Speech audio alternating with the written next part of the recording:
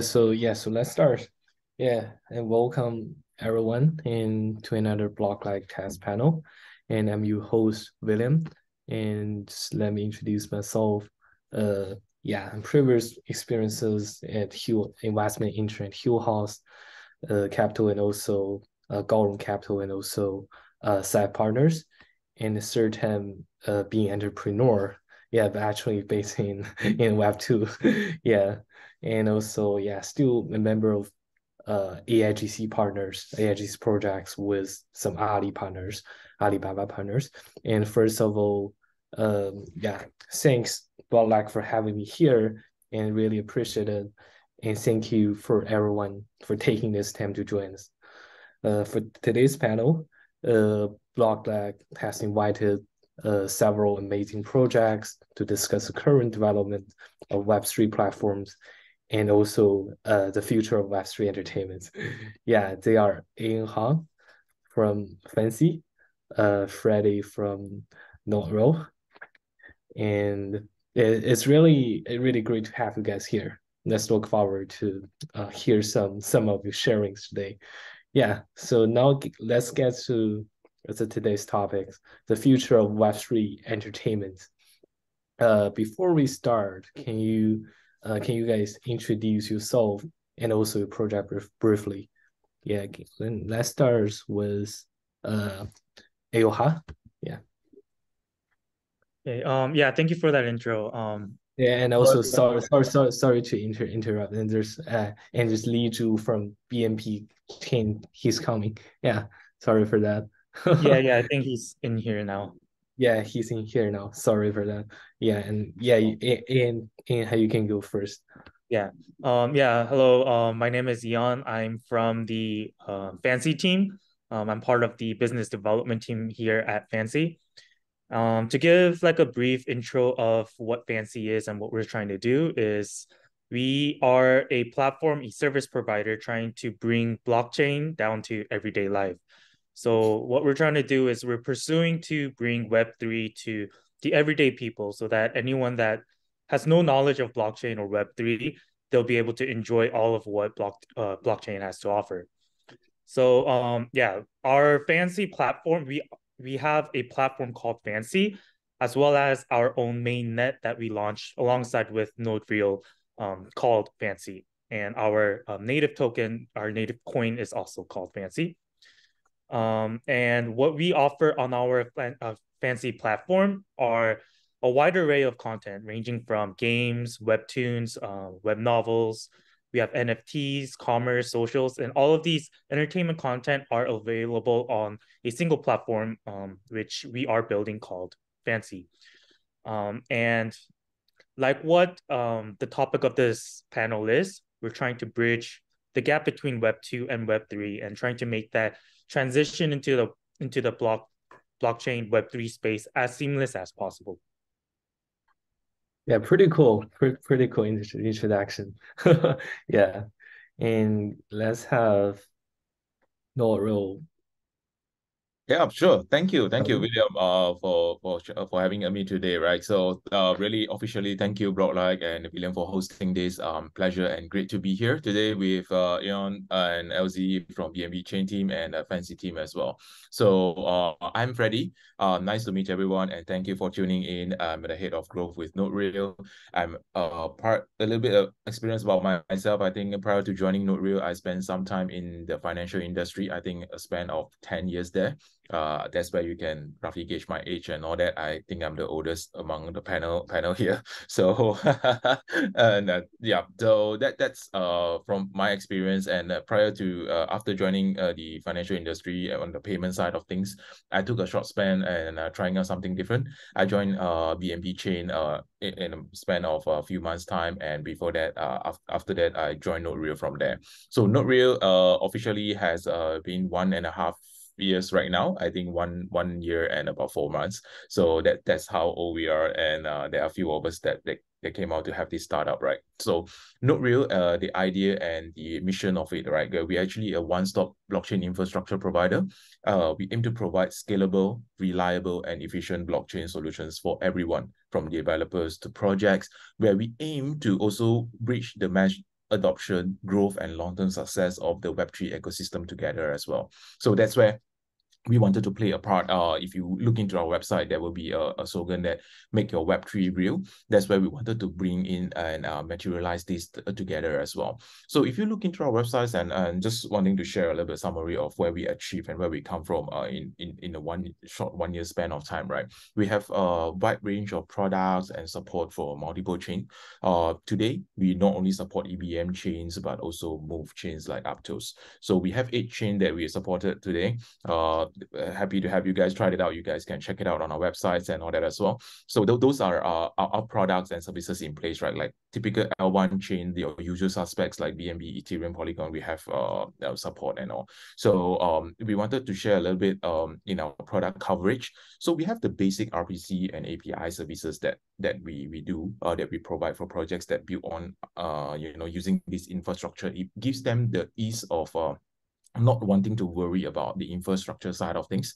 That's where we take part of the responsible of the infrastructure while the projects like FNCY continue to build on and publish games and all that. So we will take care and make sure that the infrastructure is scalable and reliable on that front. I think that's where we find the synergies of working together. And on top of it, right, we have a couple of things to share, like API marketplace. This is where we do renew. We'll keep it as a separate topic. Just wanted to bring it through, right, for quickly on this round. So we have one product that differentiates us from our most of our competitors is this Semita product. Semita is where projects can own their own blockchain, like how FNCY does it today, right?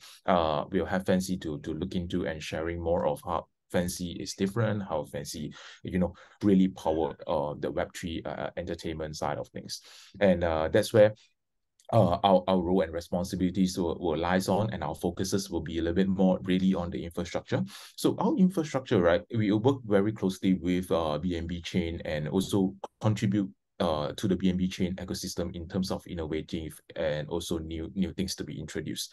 Say, for example, today, you will see that BNB Chain have application chain, ZK BNB, and upcoming roll-up solutions and all that. I think it is no secret and sugarcoating that NodeReal is also playing a part to contribute as one of the contributors as well. So that's where we are and where our focuses are. I think in the interest of all the infrastructure growing and all the innovative stuff that's happening in this year, right? That's where we will see a good part of us, contributing back to BNB Chain. Yeah, that's pretty much on our intro. A little bit long. Sorry about that. Cool. Great to hear for that. Yeah, and let's have Li Zhu. Yeah, just like introduce yourself. Sure. Thanks, William. So first of all, before I start, I'd like to wish everybody a happy new year, be it the viewers or the panelists. So it's always great to see a nice ex-colleague in the panel in Freddie, right? So very happy to be part of this. So let me start with myself and, just a little bit more myself than BNB Chain. I've joined BNB Chain since mid of 2021. So it's about, a year and a half, nearly 2 years now. It's been quite an adventurous journey. So about BNB Chain. So BNB Chain is the largest public blockchain by DAU or by transaction volume. So in the 3 years that we have been active, I think our results are stellar. Over 3 billion transactions processed, over 2 million DAUs on average. And I think recently we had 230 million registered users in terms of addresses. And that's far more than any blockchain has to offer. So on our ecosystem, it's thriving. There's projects from all, industries and all. And we have over like 1,300 projects that's active live on BNB Chain right now. So today, very happy to announce that, FNCY is building on the sidechain PAS of BNB Chain. And I'm really excited to see what's coming up next for all of us. Thank you. Thank you for you guys. Really welcome. Yeah, that's a pretty good introduction. And I also like Will guys' website. It's just like really cool. Yeah, so let's drop into the first question. So internet has drastically changed the entertainment industry, such as movies, shows, music, games, yeah, and so on. It really changed how we express our creativity and appreciate what others have created with their creativity. Yeah, but actually Web3 seems to take the entertainment industry to another level, maybe like a really higher level. And can you guys tell us any representative scenario or any real examples of these transactions? And also tell us what your ideal Web3 entertainment scenario where Web3 is adopted like internet nowadays is. Yeah, so yeah, like maybe Freddie, you can just feel free to share with your opinions. Sure. This is the part that I think I wanted to give the spotlight to Yon first, because on the entertainment side of things, right, I think he's more expert than me, and I will chip in and after For sure, Yon. for sure. Yeah, for sure. Yeah, that's a great point that was brought up. I think if we look at the inception and the start of Web2, it's a good way to hypothesize what's to come for Web3 as well. So like if we look at the start of Web2 and what it ultimately brought that really changed the world was user-generated content. From Web 1.1, it was like minority making content for everyone. So a small handful group of people making content like web pages for the masses. And the web was used more for like information consumption. So like a more of a one-way street. With Web 2.0, it evolved into everyone making content for everyone. So it quite literally connected anyone from anywhere around the world to anyone from anywhere around the world. So social media and social presence, social elements really played a crucial role in bringing Web 2 to what it is today and really pushing that Web 2 drive. And everything from like games, blogging, image and video sharing, communication, it all had like a added element of social built into it. And so ultimately it went from like a one-way street to a two-way street. So if we look at Web 1.0 to 1.0 as a one-way street of a information consumption type of thing, Web 2 was a two-way social UGC type of field.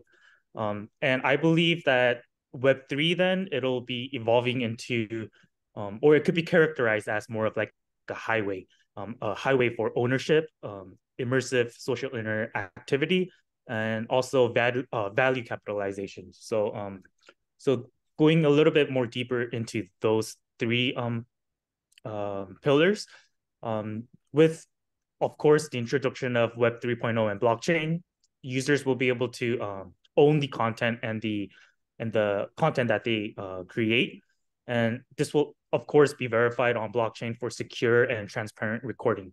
So this can be in the form of NFTs, and also for social interactions, I believe that it'll from Web 2.0 social interaction to Web 3.0 social interaction, it'll enhance even further. So immersive and connectivity, that'll be that can be characterized with the metaverse.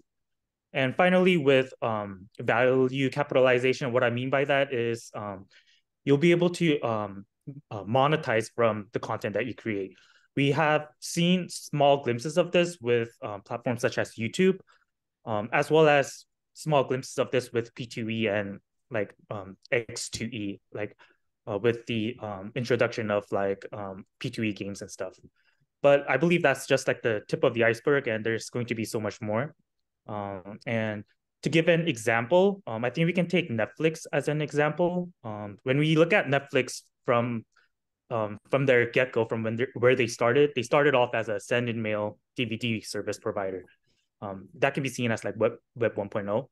And then that evolved into a streaming service platform, which is what we see today, Web 2.0. Of course, this is just a prediction, but with Web 3.0, I think that they can go into the realm of like giving users the ability to own the content that they consume, watching the content on the metaverse with their friends, as well as also profiting from watching the content with like watch to earn. But as I mentioned, that's just like the tip of the iceberg. the playing field is infinite.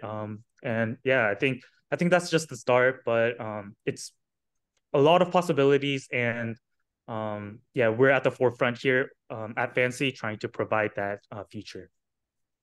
Yeah, pretty cool. Yeah, actually, yeah, there's like innovation here for the Web3, like the all of things like games and also like what you just mentioned is Netflix, those kind of streamings that coming into the Web3 areas. And also, yeah, there's like, yeah, maybe like you have also have NFTs, right? Yeah. Yeah, and also, yeah, anyone else wants to share with his opinions? Yeah, sure. I think I wanted to chip in on Leon's point on this as well, right? I think he put up a very good overview of how this has been progressing and all that. I think in the Web3 entertainment space of things, right? I think two takeaways for the viewers today is that I think Web3 really implements some of the changing of the incentive structures, like how NFT has been coming in place and all that, right? Today, if you have an NFT, for example, just for example, yeah. So you have NFT, you get reviews and even like priority pass to go into certain events or collectibles and all that. So this really gives a lot of empowerment back to the users and all that. So this is where I think it really powers the adoption and bringing people in as well. So that's one on the incentive structure that I see that in the Web3 entertainment that it can really propel and goes from there. And another thing is that ownership structure of things, right? Because when you publish something or you do something, the ownership of it, right, is that you don't have to leverage another platforms to do it as well. So you content creators and all that, they actually own the items of the things that they created, and this gives them the flexibility and the ownerships of moving their assets and all that together. So on these 2 points, right, just wanted to quickly elaborate that this is where it is optimum and outlook good for the entertainment industry. But I know that there are also some of the issues like discussions or debates like gas fees, adoption, how easy to use and all that. I think we will dive into it later part of this conversation. But and at the same time, for now, I think the overview of it is good, and we're having we implemented or maybe introduced like incentive and ownership structures that really helps brings the entertainment to the next level as well. So this is where I think that can really bring in the adoptions of things. I'll let LZ chip in and see maybe BNB from his side he has another view on this point as well. Sure. Thanks, Freddie. And I mean, thanks for the great answer from Yon and also to Freddie. I'd like to chime in just a little bit, right? So, like Ian correctly pointed out, the difference between Web 1, Web 2, and Web 3. So, in more technical terms, I think Web 1 is what we refer to write-only web. Basically, it's a one-way street, like what he mentioned. So, someone creates the content officially, publishes it, and people can actually read and attain the knowledge, the information. And for Web 2, it's a read and write creation. Basically, it allows users to do UGC, right? User generated content.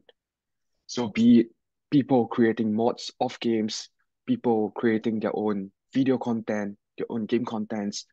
This is where this era, people were incentivized to actually do different things, to create and find their own audiences.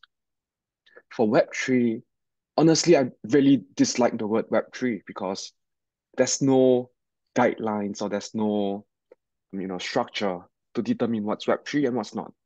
So in my own definition, I think Web3 is how we can read, write, and execute. So by execution, I think it allows users to hold basically everything, the control in their hands. So like Freddie pointed out, not going through an intermediary.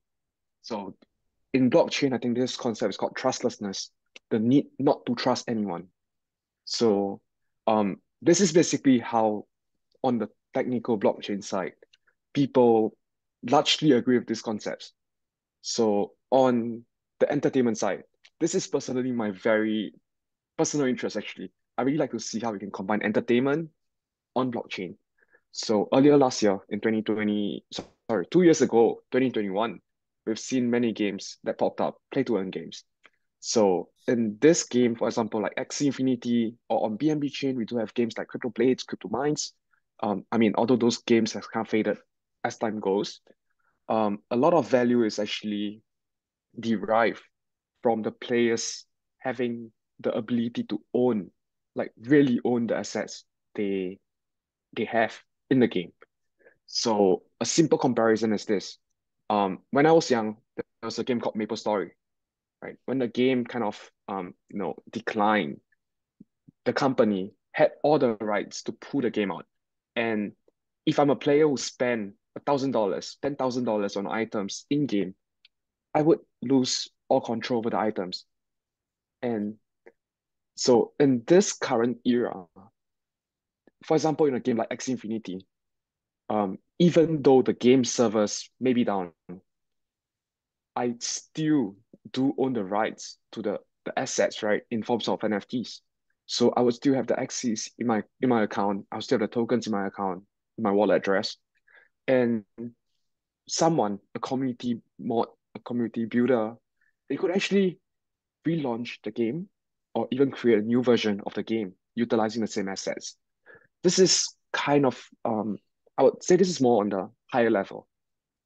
So moving on from games, right? We do have the entertainment aspect, which consists of like the biggest the entertainment, right? Basically drama, music, K-pop, this kind of thing. Um, I think in those sectors, what blockchain can be utilized for is actually the engagement aspect of things. So, like Freddie pointed out, having an NFT that is able to grant you access into special events, priority tickets, or having even an NFT that potentially could record the number of times you went to a concert of your favorite artist. It adds another layer of engagement, and this is what kind of bring fans together, and they make them feel more involved in this. So I think this is just my take on Web3 entertainment space. Yeah. Yeah, pretty cool. Yeah, like you mentioned for the Axis of Infinity, yeah, it is really a big push for the GameFi, also for this kind of entertainment industry. Yeah, I remember this like from like 10,000 DAU to maybe 3 million DAU there. Yeah, yeah, this is a good push. And also, yeah, actually for the creativities with some henceforth find new ways to create their contents using the computer generated backgrounds besides being able to claim that the ownership of their work and also get paid directly by the consumers. Yeah, yeah, so that is actually, yeah, this kind of innovations and also the creativities of today's entertainment in Web3. Yeah, and also, yeah, thanks for you guys, yeah, for this good answers for this kind of questions. Yeah, and let's come to the next questions. Uh, so what are the standards Web3 platforms that carry out entertainment must have? In other words, maybe like what kind of Web3 products focusing on entertainments do users and the markets need? You can just share what's your opinions from the perspective of normal Web3 users or the Web3 builder. Yeah. And also you can also like, give some examples of your own product. Yeah. Maybe in her from Fancy, you can just go start with this. Yeah. I think user experience, it must be seamless and easy to use. And like I mentioned, what we're trying to seek here at Fancy is trying to bring blockchain down to life, make it as easy as possible so that anyone that has no knowledge about blockchain can use our platform. That being said, it's not going to come without a learning curve. And so if you give like a person from like the 1990s a smartphone and tell them to stream Netflix or watch YouTube videos, they're not going to know how to use that, you know? So, and it's on our job as service providers, as the builders, to educate the community, to provide that knowledge so that that learning curve can be tackled and that users will be able to use our platforms. So for us at Fancy, we strive to provide this guidance by creating easy to follow guides and guides on our platforms such as Medium, and trying to educate the community, educate the users so that they'll be able to onboard and use our platforms as easy as possible. With our guides, we try to make it as easy as possible to understand, using common language, and trying to avoid like technical jargon as much as possible, and being as informative as possible, and communicate with our communities on like our Telegram group or Medium, Twitter, and trying to be really transparent and communicate with our user base. And in the future, we'll also be trying to educate and develop ways to educate our users as easy as possible, diversifying in the forms of guidance as well. But yeah, I think getting over that learning curve, getting over that hump would be key.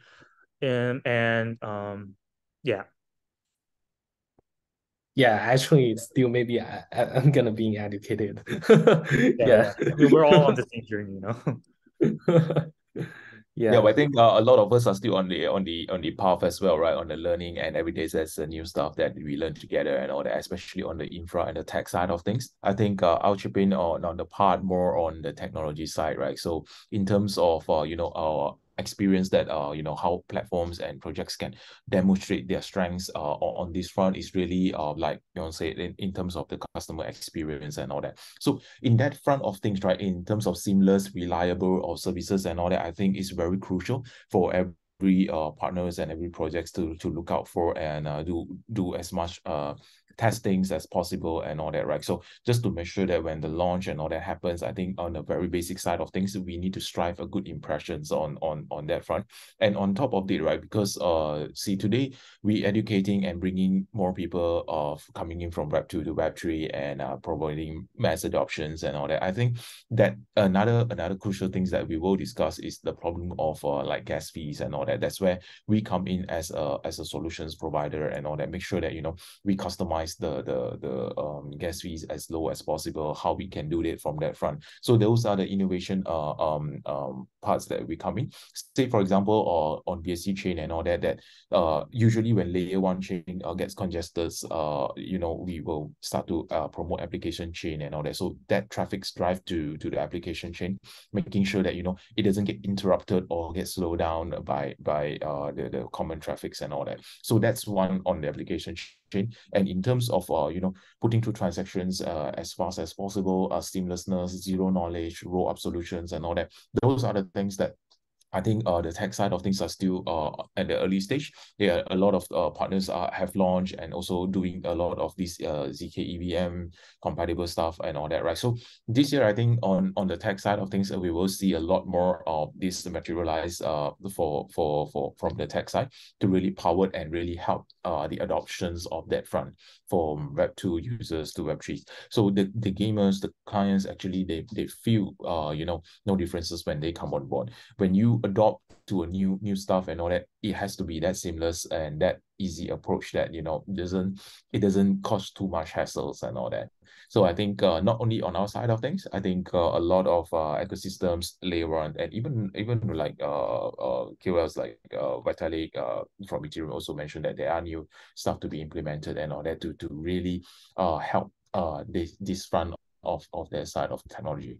So on our side here, as NodeReal play a part, right, is more towards the sustainability and the reliability of the main RPCs and APIs and all that. Then on top of it, right, is also other innovation solutions like for projects and all that, like how application chain is being adopted by FNCY. So you will get to see a lot more these customization fees and validators and all that can really help to power the FNCY chain and make it seamlessness and reliable as it goes. Yeah, pretty cool. Yeah, I totally agree with your points. Yeah. And yeah, I also have Li Zhu to share with your opinions. Oh, sure, of course. So I mean, Eon and Freddie like really wonderfully wrapped up the portions on entertainment aspect and also the technical aspect. So I'd like to go into an aspect where not really a lot of people really think about the user experience. So like on Eon said, right? the learning curve is actually very steep in crypto or like in blockchain. You do have to understand block time, all the technical jargons, and most people do not have the time or even the interest to dive that far. So in my experience with maybe like 100, 200 DApps across the past 2 years, the best DApps actually tends to have a few of similar characteristics. So an example I really like to point out is StepN, the walk to earn game. So as a user, they wouldn't even know that this is an on-chain application, right? Basically, they open the app like just any normal Web2 app there is out there. They click start walking and they start walking. So somehow the shoe appears in the wallet, somehow they get the rewards, but they do not need to understand that fundamentally below the app itself, it's actually powered by blockchain. It's a real transaction, and they don't have to pay gas fees and all, but the gas fees is actually taken part of the rewards and all. So I think that has shown tremendous success. It has introduced blockchain to many people, and I think this is a very good learning point for the DApps that's building. How do you make it so that the users doesn't feel any friction when they're trying to come on board? I think that's really my point in this. Yeah, thanks you guys for sharing. Like, yeah, I think maybe like this entertainment of the game and also this entertainment for the technological base would be really for the combinations that would push this kind of areas to push higher and also deeper. Yeah, but actually, yeah, there's other things like a smart contract and also the preserving rights and also this kinds of technological things that we have to care more about. Yeah, not really for like gaming. Yeah, for this kind of things. Yeah, and also maybe like can Il Hash tell us more about NFT projects of you? Yeah, maybe Fancy. Yeah. Sorry, what was So that? can you tell more about the NFT products? Maybe like what do you actually do for just helping consumers here? Right, And right, right. Yeah. yeah, Yeah. I mean, for us at Fancy, we've last month in December we collaborated with a project called BAGC where we sold BAGC NFTs on our platform alongside their platform as well. We had a K-pop idol NFT with the K-pop girl group called Iris. We have a couple more coming out. I believe later this month or early February with that K-pop idol group. We also have partnerships ongoing with some sports teams. I'm not at liberty to reveal who they are or what kind of NFTs they are right now, but yeah, they are in the works. They are being developed right now, and especially with NFTs, I think utility is going to matter even more. There's still like common people think NFTs are just GIFs, like why would I need to purchase a GIF that I can just search on Google? But you and I know, we all know that they aren't just digital images, but it's the whole ownership element, the utility that they provide that's going to matter. And I think that goes hand in hand with not only NFTs but also games and just entertainment in general. I think content is key. If you make good content, users will come. And so, yeah, especially with games, since our mother company, Netmarble FNC, we have that history of creating AAA games and developing these games that brought in millions of people. We believe that history, that knowledge, that record will transfer over to Metaverse World, Fancy, and we'll be able to bridge that gap between Web2 and Web3. yeah, the content is really important. When you have a good quality of content, like this user base is pretty good and it's large, and a lot of users want to join. Yeah, and that is really important. Yeah, so do you guys think that for this kind of new area of entertainment of Web3, is there any business model or like an economic model here right now? Where like, what do you guys think? You can just like share what's your opinions about your projects. Yeah, maybe, yeah, totally for the industry basis? So like hurdles faced, there's a lot of hurdles faced. I think like even just wallet creation itself is pretty difficult for the average user. Yeah, that's something that we're trying to solve here at Fancy as well, trying to make that process easy. So for example, when you create an account on Fancy, a wallet is generated automatically so that users don't have to like go through that stressful or possibly stressful process. Yeah, trying to tackle all those hurdles faced in the easiest way possible. Yeah. Yeah, and also like for the next question, we can have like people still find difficult to join the Web3 communities, right? Because it's so totally different about how they engage with Web2 services. But however, like the example would be like the Starbucks Odyssey project, for example. I believe that Starbucks is combining the membership with Web3 tag, but with less difficulties in terms of the user experiences. They use Word and that aligns with some most Web2 people feel familiar with like the journey steps instead of an NFT. And yeah, just tell us what do you think is the biggest hurdle, like the challenge for Web2 users to join the Web3 wave, and what are the key roles that you think are really important in order to reach the ideal Web3 entertainment in which your project's playing? Yep, sure. I think this is the part that I'll jump in as well. So I understand the concerns and the questions coming from, right? So just wanting to also share that, you know, I know that there's a lot of not to say hurdles, but a lot of learning curves and opportunities for the Web3 side of things to really you know, grow from here. Not taking Starbucks as an example and all that, but I think generally as the progress or the process goes, right, from Web2 to Web2, you know that there's a bunch of you know, that's where the user base, the crowd, the adoption is and all that. So to bring in all those, right, I think a couple of pointers that I wanted to share is that one is the scaling. I think scaling is still one of the biggest factors that we really need to take into considerations. Given today, right, say for example, L1s on that's current existing or common L1s that has gone through, right? I think that's where I take a moment to also share that, you know, what BNB does very well in this, right, is that they have actually supported more than 2 million daily active users before, which we haven't seen across most of the chain and all. So this is where I think a lot of L1 chains, I think during this winter or bear market period, we are all building and testing out, making sure that, you know, the scalability and the scaling side of things can really solve the solutions. Hence, we are implementing a lot of these solutions like ZK, roll-up solutions and all that we are introducing in the upcoming months and all that. So you will see that a lot of L1s are working toward this as well, because that's where the solutions that we all know that is a common side of things that we really need to fix on that scaling side.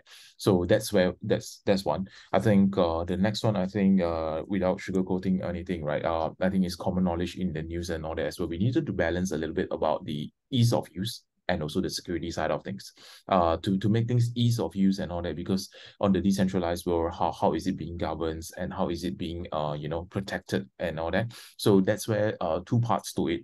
I think this is where you will see you know, AA being introduced, MPC wallets and all that this year itself. That this is where the market can grow, right? And I mean in the innovative side of things. So this is being introduced to make sure that, you know, when user Web2 comes in or not, it's being taken care of, like the MPC, the account abstractions. These are the things that will be you know, a step to really make sure that, you know, when mass adoption comes, right, it doesn't backfire us and all that, right? So it goes on that safe journey and all.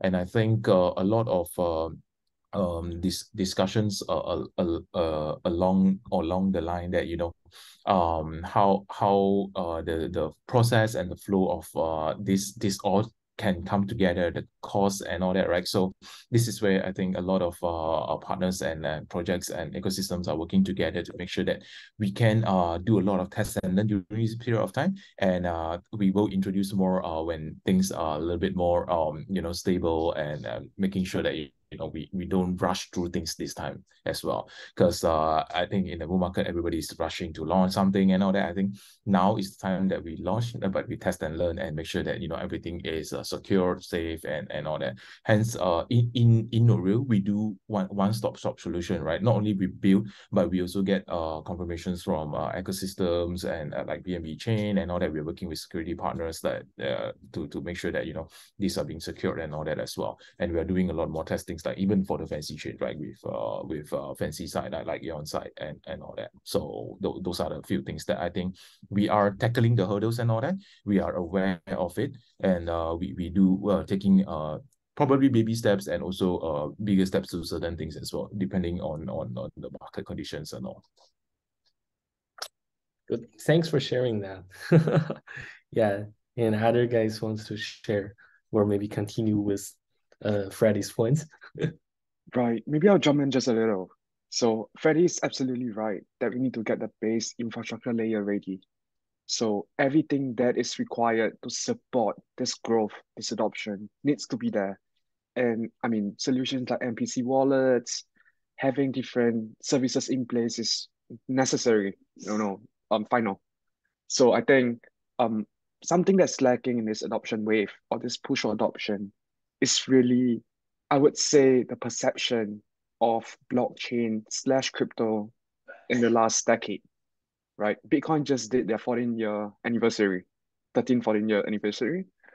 People still think that blockchain is crypto, but they do not realize that cryptocurrency is powered by blockchain. So when people come tell me, right, isn't crypto or blockchain shady stuff, something to use to speculate for assets for profits, I think this is where the confusion happens. So I've made it always clear that we are selling blockchain. My job is to promote blockchain.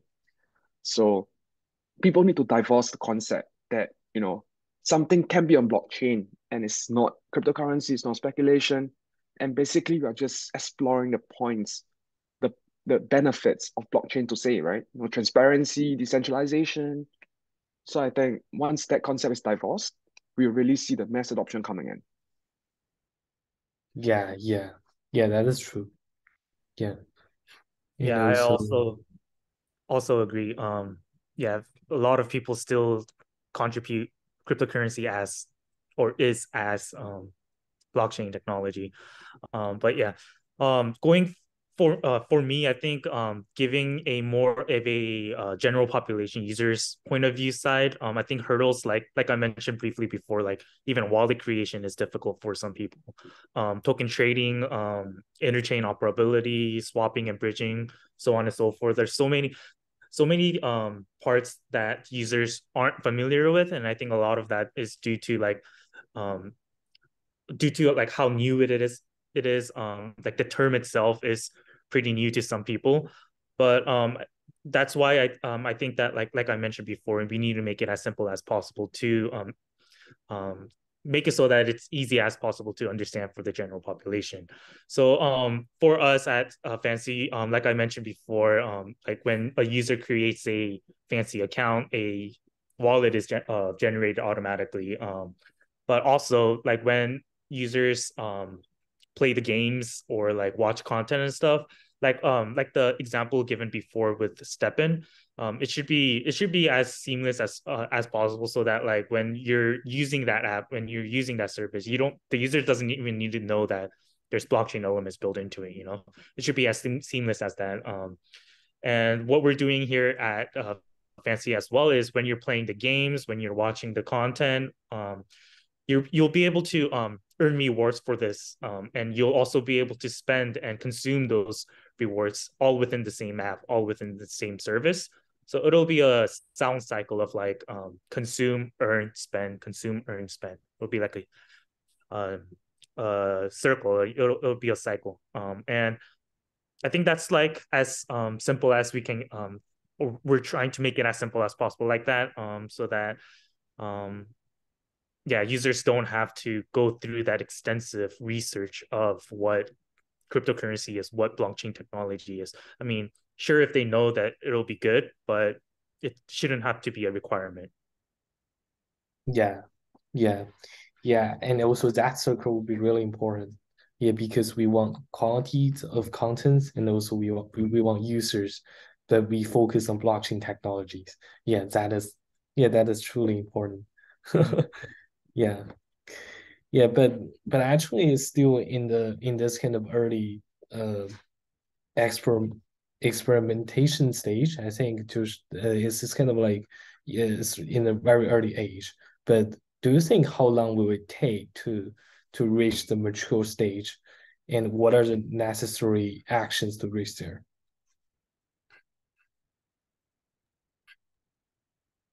Did you want to go, Freddie, or? I was thinking that maybe I want to give LZ to go first though. On the probably on the bigger ecosystem and L1 side of things. We hear from him first, and then we will chip in from there. Sure. Honestly, I personally think that we are still very, very early into the space.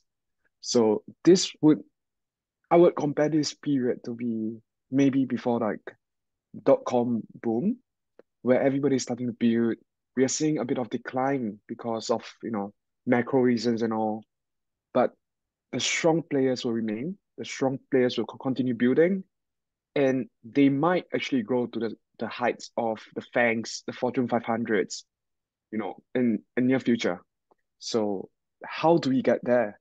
I really believe in one concept, education. So this is why BNB Chain has been educating, partnering with different tertiary institutions to promote the concept of blockchain on a general level, and basically try to make it fun for them to actually try to understand. And I truly believe that this is actually the future that people should actually jump on. Yeah. Yep. Thanks, Elsie, for the insights, right? I think Yon and I are also sharing the same mindset on this front as well. Just one moment, I clear my throat, yeah. Yeah, so I think all of us are believing that year 2022 is a very good experimental, but I think it's more like a test and learn year for all of us. We tested certain approach and how we fine tune certain approach that we will take moving forward, right? I think overall blockchain infrastructure are still expensive and complex in a way that many people still find, like say for example like William and you also mentioned the hurdles that people feel and all that, right? I think that's where we as infrastructure wanted to play a bigger part, a bigger role and all that, right? Instead of being the tech guys always behind the scene, we wanted to be a little bit more proactive and be a little bit more bold and reaching out to projects and innovative projects to really work with them, right? To see how how we can actually package and do well in every aspects of the blockchains to give a different impressions of things, right? Like say for example today NodeReal is still playing a part of a one-stop infrastructure solution. Like I mentioned, we do application security data services when it comes to this. And I think one examples of blockchains that how we wanted to incorporate this into our everyday lives is a very good example from FNCY, right? Their slogan is that blockchain in everyday life. So this is really like bringing a lot of adoptions and a lot of confidence in there that you can use this in every way that we can go. I think education still plays a good part of this as well. So that's where we wanted to do well in this front. I think the past year's extreme events and all that, right, they really help us to go back to our feet, like taking one step back instead of rushing things through and all that. We don't just go through and rush through things and all that. I think this year we fine-tune a lot of products, fine-tune a lot of services, identified and make sure that the company goals and also structure along that line, right, that will grow toward this as well. I think on the innovation side, in the security side of things, I think this year will be more of a repair of the industry confidence and all that. But generally, I still think that we don't need to discount the whole industry values and all that, right, because of this temporary dip and all. And as NodeReal, we wanted to play a more consistent role and part in every projects that we talk to. I think there's this cycle that we created, and we wanted to make sure that this is a takeaway for the audience or the viewers as well, right? We have an end-to-end services that, you know, we wanted to start with consulting. I think every projects and every L1 ecosystems and all that, they wanted everybody should you know, gather together, brainstorm, share, and focus on their business and all that. That's on the consulting side. I think more of an alignment as well. And then we design the projects and all that, right? I think, for example, today when we talk to FNCY, we start off with consulting, and we start off with designing the work, developing, and of course, at the end of the day, we run operationally to test it out and make sure everything is okay. So on this cycle, right, I think there are a lot of things that can be implemented and can be focused on, and to really you know, strengthen the education. And also the education doesn't just go to users and all that, right? It encompasses all of us all together, that we also learning on a day-to-day. There are new things to be implemented, then how we can incorporate it, this best learning to the things that we are doing as well. So this is just my personal thought that you know, I hope that it helps the industry and the viewers as well. Yeah, and also Ian wants to share. Yeah, just to chime in here, I also believe that we definitely are in the early stage. As much as NFTs and like blockchain and Web3 have been the hot and like trendy topics recently, or in the past 2 years, as much as how trendy it was, there's so much more to reveal and so much more ahead. If we look at like the big platforms like YouTube, Facebook, Instagram, and what it took and like how long it took for them to really blossom into what they are today, it took quite a long time, you know, like the creator ecosystem for YouTube, for example, with its monetization program, with like the creators, the ad brands, and like YouTube itself, that took years in development and years for it to develop into what it is today. So and also like what LZ mentioned before, education, of course, is really going to be crucial. But I also think that education and also solutions to like the issues that we that the users are facing today are going to be needed, and they're going to be needed to be solved. So if I give an example, like the example of the BHGC NFTs that I mentioned earlier, when we sold that on our FNCY platform last month, it was available with our FNCY token or FNCY coin, but it also was available with credit card purchases. So like if it was only available with cryptocurrency, users would have to go to like a exchange, sign up with that exchange, link their bank accounts with that exchange, and purchase the FNCY token, bring that over to the FNCY platform on their FNCY wallet, and then purchase. That's a big hurdle, you know. I mean, like 90% would probably give up on that first step of signing up with the exchange, you know. So solving problems like that by providing like a credit card solution, that's just one baby step into bringing about that mass adoption. And we're solving those problems, issues one by one, step by step. We're definitely in the early stage, getting to that mature stage, but so much more to go. And we're here for it. We're trying to make it as easy as possible. And Yeah. What about tokenomics? So like, do you guys want to share what's your guys' opinions about tokenomics with in this kind of early stage? Yeah, this combining with the entertainment industry. For tokenomics too. I mean, just even the term tokenomics, I think it's going to be pretty difficult for, you know, the average users to understand, especially with tokenomics being very different for each project, you know. Even with that, I think education, you know, and even within education, I think there's different ways to execute that knowledge. But yeah, I believe that we at FNCY, we're trying to provide that in like the simplest way. Like, for example, we're making like infographics, trying to make it so that the average users can digest that information. Right, right. Yeah. Yep. Yeah, maybe from a technical basis for the blockchain like basis, like what about tokenomics? Like you guys Friday were like Li Zhu wants to share something? I think I'll go first. In terms of tokenomic side of things, right? I think that to be very honest and upfront as well. I think that there's no one size that fits all, like how you mentioned, right? Tokenomics is different across projects and all that, and it can be very different as well.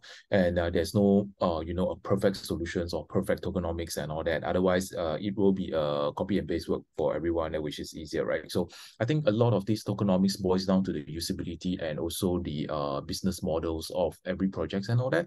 So I think that's where I wanted to bring back very fundamental stuff and all that, right? Just reevaluating alignment between the business and the tech side and on the project side, right? You play a bigger part on identifying the best tokenomics that suits your need during in that period of time. So I'm just gonna be very generic about it on this front. Without hyping on too much on the tokenomics side. I think tokenomics is also still a test and learn. Some projects, along the line that when they grows and all that, right? When they go on to an app chain and all that, they need validators and they need to think about rewards and all that. That could be a shift and change of tokenomics as well. So it takes time to really beautified or maybe make it better. But I think along the line is that there's still no one size that fit all. Probably LZ, I see that he's very eager to share. Oh, no. I was just replying and looking at my 2,500 emails from after New Year. But basically, I think both of Eon and Freddie, right? You guys raised amazing points and all. For me, I think the most important point of designing a tokenomics is to make it sustainable. There's no point paying out very high yield or like giving out very a hell of rewards, right? But you're not sustainable. So tokenomics isn't exactly it's not rocket science, but as long you have to find value accrual for the token somehow. So the platform revenue is somewhat equated to the token itself. So as long as people try to make it, hate to use this word, like Ponzinomics, avoid it, then I think everybody should be good on this. Sure. Yeah, so let's come to the last question. So for our panel. So yeah, I've heard that you guys have shared you own projects on the basis of your projects, but can you tell more about your project's roadmaps in the new year? Yeah, maybe like something that you want to share about the next year's plan or like the roadmap and also something that really connected with your projects. Yep, sure. I think on my side of things, I think roadmap is just one thing that we will be sharing and really look forward to. But I think some of the focuses I think on the NodeReal side of things, right, that we wanted to also drive awareness of this is that we will be focusing a lot more collaborations with ones and all that, right? Typically, for example, in this case, will be like with BNB Chain. Why is that, right? Is that we are still optimizing, the potential of high performance, high throughput, and low cost blockchain. So in this space, right, we are contributing into the world, like how I mentioned, right? Probably validator sets, probably some solutions like app chain, ZK solutions, and all that. So those are the things that we wanted to do more and work very closely with the L1 chain and all that as well. Given that Vitalik also share a lot more solutions and proposals and all that, right? So we wanted to sit down with the L1 chains like BNB to see how we can really contribute and materialize that front to make it easy for the projects and developers as well to continue to build on BNB chain. And in terms, that's on the L1 side of things that we wanted to focus. I think more of the working together with BNB Chain, how these three things like the app chain, ZK, and the rollup solutions being adopted across, right? I think it very simply that, NodeReal will be focusing a lot more on enterprise solutions, and like Semita, like the app chain and all that. We will be focusing on working with Web2 companies and all that, right? Just wanting to bridge them over to Web3 and all. So wanting to share the best practices and all that, right? To build that infrastructure solutions for them. So we will be a lot more focusing on that, especially on the L1 side. I think on the middleware, I think there will be some decentralized solutions and all that, right? That will be shared across and all that. I think this will be a very good focus because a lot of people are talking about decentralizations and so on and so forth. I think that's where we want to play a bigger role in decentralized storage, management, security, scalability, speed, and all that, right? Just to make sure that it can sustain that mass adoption when it comes through all things.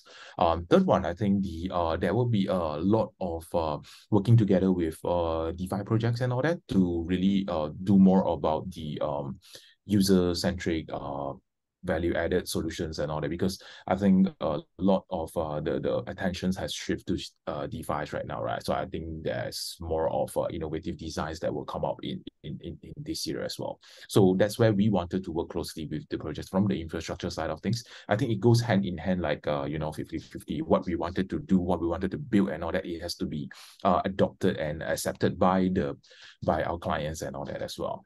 So that's just my roadmap and my front, at least for the next 6 months or so. Yeah, hope to see it. Yeah, great to hear for that. Thank you. Yeah, yeah. Other guys want to share about you? Yeah, for us at Fancy, we're currently discussing with numerous brands at the moment, not only with our own original games, but we're also in discussions with third-party games as well to onboard onto Fancy. Also, we are working to complete a membership and rewards-based system that'll be integrated onto our Fancy platform soon, as well as a user-created web novel and web comics blockchain platform. Also, a music service as well, where songwriters and users can interact and create. And social and e-commerce services are also a big part about the Fancy roadmap. And yeah, we're also in collaboration with, or in talks with, a lot of diverse projects, both Web2 and Web3, utilizing their IPs and bringing NFT projects and bringing services. We're also continuously working with NodeReal to update and upgrade our Fancy mainnet. And I think one of the biggest roadmaps that we have on our radar right now is our very own metaverse content called Grand Cross Meta World. The teaser trailer for that actually released, I believe, last month. So yeah, that can be searched on YouTube. It looks pretty awesome. So yeah, be sure to check that out. And any further updates and announcements will be announced on our social media channels, as well as like our Telegram group and communities. So yeah, be sure to follow us there as well. Yeah, I will check it out. I will check it out on YouTube's and also the social medias. Yeah, and yeah, looking forward to see it. Yeah, and also maybe Li Zhu. Yeah. Right.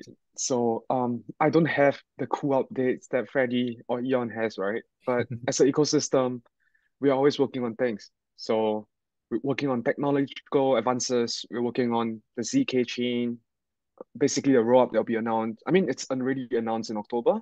I think the testnet might be coming out soon. So we are also working on a new concept of a chain that I don't think I can share any details yet.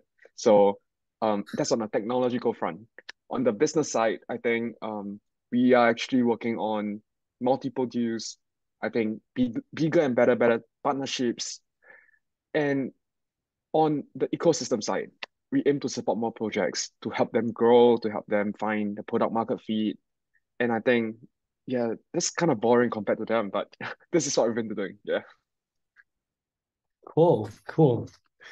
Yeah, you guys want to share more? Like, yeah, more specific, maybe in Ha, like for you just mentioned the music, and can you share more about from this kind of perspective, like what you're gonna do, like what the consumers wants to have, or like what's consumers' opinions and what you're gonna maybe like show the rewards. Yeah, maybe just tell us more about the music side. Yeah, because I really love music and also I'm a big fan. Well, Yeah. yeah, I don't know if I can disclose anything, especially that specific with music, but I think I can disclose that it's going to be where users create and they'll be able to earn the rewards. And with that rewards, like I mentioned, it's going to be a universal cycle where they'll be able to spend those rewards on the fancy platform itself, so that yeah, we're trying to make as less hurdle as possible, you know, and we're not trying to make any unnecessary hurdles. So you'll be able to use that like in the social and commerce part that I mentioned. You'll be able to use that on those services as well. But yeah, Yeah, pretty. yeah, music I can't reveal too much, but it's yeah, it's gonna be like I mentioned, like user generated content is key. Social element is key. So I think those are some hints that I can give at the moment. Yeah, pretty cool. Yeah. And yeah, and also the time is limited. And I think, yeah, that was really a awesome discussion today. And you guys all have some wonderful ideas with us. And really thank you for that. And I hope that for this kind of in industry entertainment that together with blockchain and also with gaming and like music and also this kind of entertainment industries will be a really good point and a good push for the next generation maybe. Yeah, like maybe in this year it will be a really push out, and also we hope to see it, and we hope to see that you guys, like those of your projects, are doing pretty well this year, and maybe more collaborations with each other. Yeah. And yeah, so time flies, but yeah, we have to say goodbye right now, and hope the guys panel can inspire you a lot, and also the viewers and also other guys can really be really appreciated, and yeah, really learn a lot. And then also for me, for the Web2 entrepreneurs, I just like jump into this kind of areas, like yeah. And for Web2, I was being like entrepreneur for the entertainment industry, like platform. Yeah, and I really absorbed a lot of knowledge from you guys. Yeah, yeah, and also yeah, thank you for sharing, and thank you again for taking you guys time for really let me learn a lot and let us learn, and we really appreciate it. And maybe see you next time. Yeah, Yep. Thank you, guys. See you next time. Thank you, guys. Thank you. Okay, thank you guys for sharing your views. It's really excellent, insightful.